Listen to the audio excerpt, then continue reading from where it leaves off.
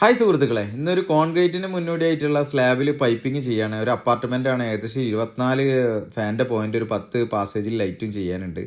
അപ്പോൾ അത് ചെയ്ത് ഫുള്ള് ഫൈനലാക്കിയിട്ടുണ്ട്.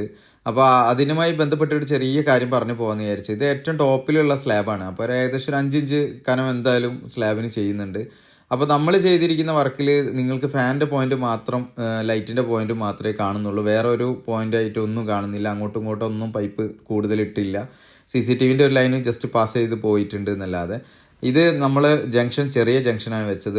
കമ്പിയുടെ മുകളിലൂടെ വന്നിട്ട് ബെൻഡർ ഉപയോഗിച്ചിട്ട് ജംഗ്ഷൻ്റെ അടുത്തേക്ക് താത്തി. പിന്നെ നമ്മൾ അവിടെയൊക്കെ സ്പ്രേ പെയിൻറ് ചെയ്തിട്ടുണ്ട്. പൈപ്പ് പോയ റൂട്ടും ജസ്റ്റ് സ്പ്രേ പെയിൻറ് ചെയ്തിട്ടുണ്ട്. എന്തെങ്കിലും സാധ്യത ഉണ്ടെങ്കിൽ ഒന്ന് പൈപ്പ് കട്ടായി പോയിട്ടോ കോൺക്രീറ്റ് നിറഞ്ഞു പോയിട്ടോ ഉണ്ടെങ്കിൽ നമുക്കത് സെറ്റാക്കി എടുക്കാൻ വേണ്ടിയിട്ട്. ഇവിടെ കൂടുതൽ പൈപ്പ് പോകാത്ത ഏറ്റവും ടോപ്പിലെ ഫ്ലോർ ആയതുകൊണ്ട് ചൂടാകുമ്പോൾ മെയിൻ വയറിനൊക്കെ ചൂടാവണ്ടെന്നുള്ള രീതിയിലാണ് അങ്ങനെ ചെയ്തത്. അപ്പോൾ നിങ്ങളെങ്ങനെയാണ് ചെയ്യലെന്നുള്ളത് ഒന്ന് കമൻറ്റ് ചെയ്യുക. ഒരു അറിവും ചെറുതല്ല.